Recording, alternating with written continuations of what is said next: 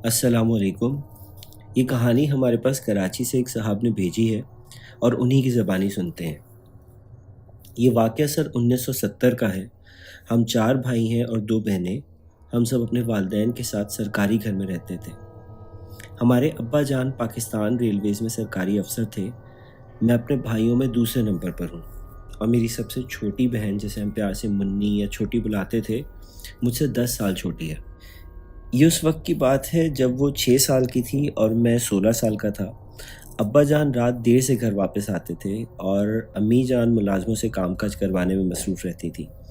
میرے بڑے بھائی کے ابا جان نے ریلوے میں نئی نوکری لگوائی تھی، تو وہ بھی ابا جان کے ساتھ ہی واپس آتے تھے۔ میری چھوٹی بہن ابھی اسکول نہیں جاتی تھی، گھر پر تختی پڑھتی تھی۔ میں اپنی بہن سے بہت زیادہ پیار کرتا ہوں کیونکہ میں نے اسے اپنی گودوں میں کھلایا ہے، اور وہ بھی مجھ سے بہت زیادہ پیار کرتی ہے اور اپنی ہر بات مجھے بتاتی ہے۔ یہ اس وقت کی بات ہے جب سردی ابھی شروع ہوئی تھی اور میری بہن دوپہر میں صحن میں کھیلتی تھی۔ اس کو گڑیائیں بہت پسند تھیں اور ہر وقت اس کے پاس نہ جانے کتنی گڑیائیں رہتی تھیں۔ ہمارے صحن کے بیچ بادام کا ایک بڑا سا درخت تھا جس کی بڑی گھنی شاخوں سے اکثر برآمدے میں سایہ رہتا تھا۔ اس کی ایک شاخ سے ابا جان نے ایک جھولا بھی لٹکایا تھا جس پر ہماری چھوٹی سب سے زیادہ کھیلتی تھی۔ برآمدے میں ہم نے 2 پرانے صوفے رکھے تھے جس پر بیٹھ کر ہم اکثر شام کی چائے پیتے تھے۔ ایک شام چھوٹی کو صحن میں کھیلتے کھیلتے کافی دیر ہو گئی۔ مغرب کا وقت بھی گزر چکا تھا پر وہ کمرے میں نہیں آئی تھی۔ میں چھوٹی کو ڈھونڈنے صحن میں گیا تو چھوٹی صوفے پر بیٹھی تالیاں بجا رہی تھی اور سامنے درخت پر لگا جھولا اپنے پورے زور سے جھول رہا تھا۔ میں نے گھبرا کر چھوٹی کو گود میں اٹھایا اور اندر لے آیا۔ میں نے اس سے پوچھا تم کس کو دیکھ کر تالیاں بجا رہی تھی؟ تو اس نے بتایا کہ ہمارے گھر میں ایک بونا رہتا ہے جو روز اس کے ساتھ کھیلنے آتا ہے۔ اس کا نام بالی ہے اور وہ حویلی کے باہر جو کنواں ہے اس میں رہتا ہے۔ میں یہ سب سن کر بہت پریشان ہو گیا تھا اور ڈر بھی گیا تھا۔ میں نے سارا معاملہ اپنے ابا جان کو بتایا۔ انہوں نے پہلے تو یقین نہیں کیا، لیکن رات میں مجھے، میرے بڑے بھائی اور چھوٹی سب کو اپنے کمرے میں بلایا اور ہمیں سمجھانے لگے۔ وہ بتا رہے تھے کہ چھوٹی کی عمر کے بچوں کے تخیل کی صلاحیت بہت زیادہ ہوتی ہے اور وہ اکثر بہت سے دوست اپنے دماغ میں بنا لیتے ہیں اور ان کو سچ سمجھنے لگتے ہیں۔ ابا جان نے بتایا کہ اس حوالے سے انہوں نے پہلے بھی کسی کتاب میں پڑھا ہے۔ میں نے کہا ابا جان وہ جھولا خود اتنی تیز رفتاری سے اپنے آپ جھول رہا تھا۔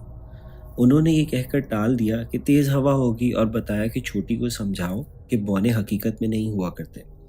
ابا جان ابھی یہ بتا ہی رہے تھے کہ چھوٹی نے کہا وہ دیکھو بالی پھر کھیلنے آ گیا، اور اس نے پنکھے کی طرف اشارہ کیا۔ میں بہت ڈر رہا تھا کیونکہ چھوٹی اب نہ صرف وہاں دیکھ رہی تھی بلکہ بات بھی کر رہی تھی۔ اس نے غور سے کچھ سننے کے بعد کہا میں نے نہیں بتایا۔ پھر کہا نہیں بھائی جان کو کنویں میں نہیں ڈالنا، اور زور زور سے رونے لگی۔ ابا جان نے کرسی سے اٹھ کر فوراً منی کو گود میں لیا اور مجھے بھی زور سے گلے لگا لیا۔ وہ باواز بلند آیت الکرسی پڑھ رہے تھے اور چھت پر لگے پنکھے کو دیکھ رہے تھے۔ پنکھا سردی کی وجہ سے بند تھا مگر زور زور سے آگے پیچھے ہل رہا تھا۔ وہ ہمیں لے کر باہر آ گئے۔ اس واقعے کے بعد ہم سارے بہن بھائی بڑے بھائی کے کمرے میں سونے لگے۔ صحن پر جانے پر پابندی تھی۔ نماز وقت پر پڑھنا اور قرآن کی تلاوت کرنے پر ابا جان سختی سے عمل کرواتے تھے۔ جس حویلی میں ہم رہتے تھے وہ بہت بڑی تھی اور کافی کمرے استعمال نہیں ہوتے تھے۔ خاص طور پر پہلی منزل کے کونے والا کمرہ اکثر بند رہتا تھا۔ وہاں پر پرانا فرنیچر پڑا تھا، دادی جان کی سلائی مشین تھی اور ایک پرانا سا پروجیکٹر تھا جو کام نہیں کرتا تھا۔ میں اور میرا بھائی اکثر پروجیکٹر کو دیکھنے اس کمرے میں آتے تھے۔ وہ ہفتے کا دن تھا اور ہم سب کی چھٹی تھی۔ ہم لوگ دوپہر کا کھانا کھا رہے تھے کہ خانسامہ بھاگا بھاگا آیا۔ اس کا رنگ سفید پڑ رہا تھا۔ وہ ہانپتے ہوئے بولا کہ اوپر والی منزل پر اس نے ایک چھوٹے قد کا آدمی دیکھا ہے۔ وہ کھڑکی میں کھڑا تھا اور خانسامہ کو دیکھتے ہی بند کمرے کی طرف بھاگا ہے۔ ابو، میں اور میرا بڑا بھائی ہم سب بھاگے اس کمرے کی طرف اور اس بونے کو ڈھونڈنے لگے۔ ہم نے بہت دیکھا پر ہمیں کچھ نہیں ملا۔ جب ہم واپس آنے لگے تو سامنے الماری پر جو شیشہ لگا تھا اچانک چٹک کر ٹوٹ گیا۔ ابا جان پھر زور سے آیت الکرسی پڑھنے لگے۔ ہم سب کافی ڈر گئے تھے۔ ابا جان نے عصر کے بعد مسجد کے امام صاحب کو بلایا۔ انہوں نے ساری بات سنی اور گھر میں روزانہ سورہ بقرہ کی تلاوت کرنے کی تجویز دی اور کہا میں دوبارہ آؤں گا، ابھی مغرب کا وقت ہو رہا ہے اور اس وقت پورے گھر کا معائنہ کرنا مناسب نہیں۔ اگلے دن وہ دوبارہ آئے۔ وہ ابا جان کے ساتھ ہر کمرے میں جاتے اور زور زور سے تلاوت کرتے جاتے۔ پھر وہ حویلی کے باہر باغ کی طرف گئے اور ہم نے انہیں اس کنویں کا بتایا جہاں چھوٹی کے مطابق بالی رہتا تھا۔ مولوی صاحب اس کنویں کی طرف گئے۔ وہ کنواں سوکھا پڑا تھا پر اس کی تہہ دکھائی نہیں دیتی تھی۔ اس کنویں میں سے شدید بو آ رہی تھی جیسے اندر کوئی جانور مرا پڑا ہو۔ مولوی صاحب نے کہا اگر وہ بونے نما جن واقعی یہاں رہتا ہے تو ہمیں اسے تنگ نہیں کرنا چاہیے۔ انہوں نے ہمیں وہاں سے ہٹایا اور خود کنویں کے پاس بیٹھ گئے اور تلاوت شروع کر دی۔